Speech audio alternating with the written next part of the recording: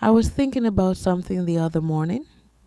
Nothing dramatic, just one of those moments where you're moving through your day and something clicks.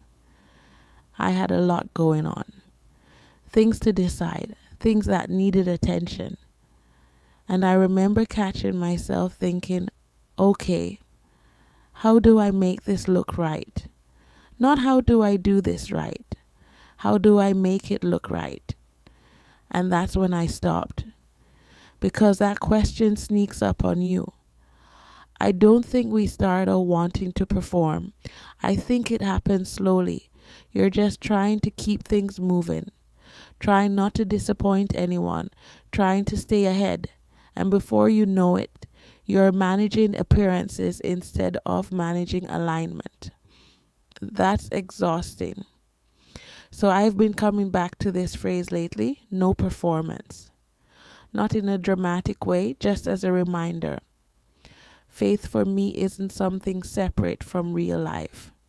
It shows up in moments like that, in the pause, in the question I ask myself before I act. Scripture talks a lot about the heart, about motives, about who you are when nobody's watching. And honestly, that hits harder in work and leadership than it does in church settings sometimes. Because pressure doesn't create character, it reveals it. I've learned that some of the most important decisions I make don't feel spiritual at all. They feel practical. Do I rush this or do it properly? Do I promise what I know I can deliver or what I think people want to hear? Do I take the shortcut because it's easier or hold the line even if it slows things down? Those moments don't come with applause. Most people will never know they happened, but they stack. There's a verse that says to work as if you're working for God, not for people. I didn't always understand that. Now I think it just means this. Let integrity be the standard, not reaction. When you're working for approval, you rush. When you're working from conviction, you steady yourself. And that steadiness shows. I've also noticed that when I feel anxious about outcomes, that's when performance creeps in.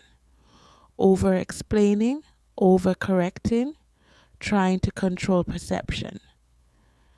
But faith doesn't really work like that. Faith asks you to do the next right thing without needing to control how it lands. That's hard, especially when a lot is at stake. There's a story about Daniel that I think about often. It's before pressure showed up, before consequences were clear, he made a decision not to compromise. Not loudly, not publicly. He just resolved. That word sticks with me, resolved. Not negotiating every time pressure shows up. Not redeciding who you are in every situation. Just settled. That's what undefeiled means to me.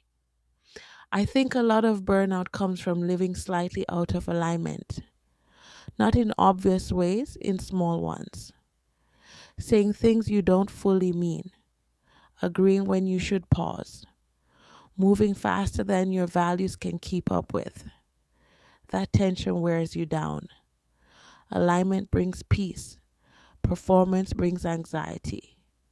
Most days faith is quiet. It's repetitive. Unseen. A little boring, honestly. But that's how anything solid gets built. Consistency doesn't feel exciting in the moment. It feels reliable later. There's a line in Romans that I come back to. Paul talks about people whose faith was known everywhere. Not because they promoted it. Not because they talked about it constantly. Because it showed up in how they lived. Their faith had a reputation without needing to be announced. That's the kind of life I'm aiming for. Not to be seen believing, but to be known by how I move. Ego makes this harder than it needs to be. Ego wants speed, wants recognition, wants reassurance. But humility isn't thinking less of yourself. It's letting alignment matter more than applause. Sometimes slowing down isn't a setback. It's protection. So if things feel quiet right now, if you're doing the right thing and nobody's noticing, if progress feels slower than you expected, you're not behind. You're probably building something that lasts, no performance, not because you don't care, but because you're resolved, undefiled, moving through life in a way that doesn't need explaining because it's grounded.